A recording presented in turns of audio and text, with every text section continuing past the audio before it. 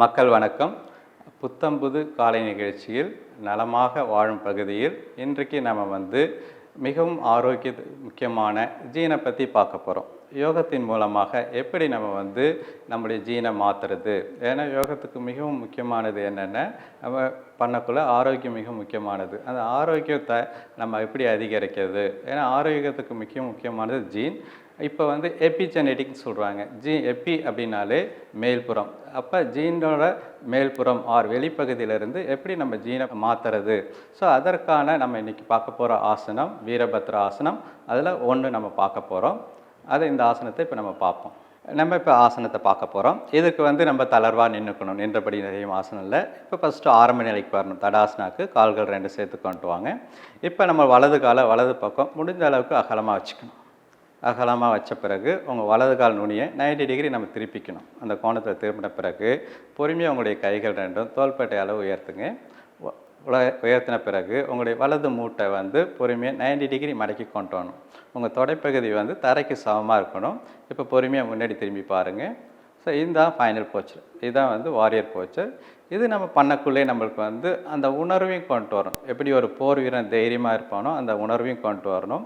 அப்படி அந்த உணர்வு, அந்த பிஹேவியர், அந்த மனசில் அதை கொண்டு வரக்குள்ள தான் நம்மளுடைய ஜீன், அந்த குரோமோசோமில் நுனியில் இருக்கக்கூடிய அந்த டெலோமியர், அதான் டெலோமியர்ஸ் என்ற கெமிக்கல் செக்ரேஷன் ஆகும்.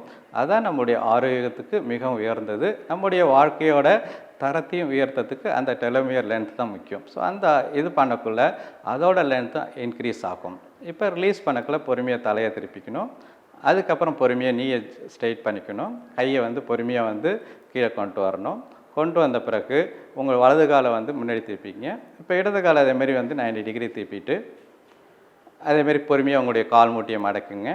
காலை மூட்டியை மடக்கிட்டு உங்கள் துறை பேரலாக கொண்டு வந்த பிறகு கையை தோள்பட்டை அளவு கொண்டு இப்போ பொறுமையாக உங்கள் இடது பக்கம் பார்க்கணும் முன்னாடி. இதேமாரி இந்த ஆசனங்கள் நம்ம மெயின்டைன் பண்ணோம். மினிமம் 30 செகண்டாக நம்ம மெயின்டைன் பண்ணோம். பண்ண பிறகு பொறுமையாக மறுபடியும் ரிலீஸ் பண்ணக்குள்ள தலையை ரிலீஸ் பண்ணிக்கணும். முட்டியை நேராக்கிக்கணும்.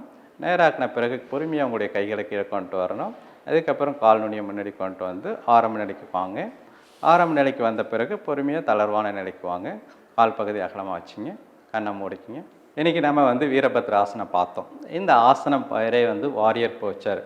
இது நம்முடைய அட்டிடியூடு, நம்முடைய உள் உணர்வையும் அதையும் நம்ம மாற்றும். இந்த ஆசனம் பண்ணக்குள்ளே நம்முடைய கண்ணோட்டம் மாறும். இதை பண்ணக்குள்ளே நம்முடைய ஆரோக்கியமாக வாழறதுக்காக நம்முடைய ஜீனும் மாறும். இந்த ஜீன் மாறக்குள்ளே நம்ம மிகவும் ஆரோக்கியமாக இருக்கலாம். ஸோ இந்த ஆசனம் நம்ம தினமும் பயிரக்குள்ளே நம்மளுக்கு மிகவும் வலிமை கிடைக்கும், தன்னம்பிக்கை கிடைக்கும். ஸோ இந்த ஆசனம் நம்ம தினமும் செய்வோம். மற்றொரு ஆசனத்தோடு மீண்டும் நம்ம சந்திப்போம். நன்றி, வணக்கம்.